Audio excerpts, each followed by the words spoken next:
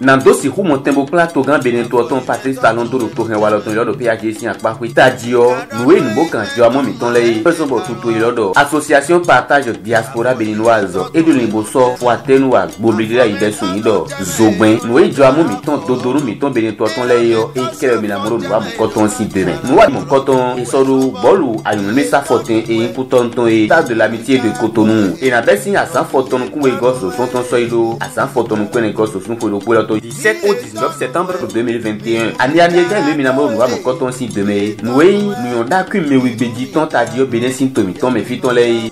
Aide dai ay hundi date de me benonda no wendomi ton lay. Olomi agbaza me wedudu ganyon kwesise. Kodo nous gege de voler pan bobikai. Wendomi nous miton lay kede. Nous avons coton si demain. Yemende de inoso dinuku abito miton me fisin le bron kuzo atara benonda de voler. Glepa kwea amara tinta linwea alonzo si akpa kodo lamena no ganji.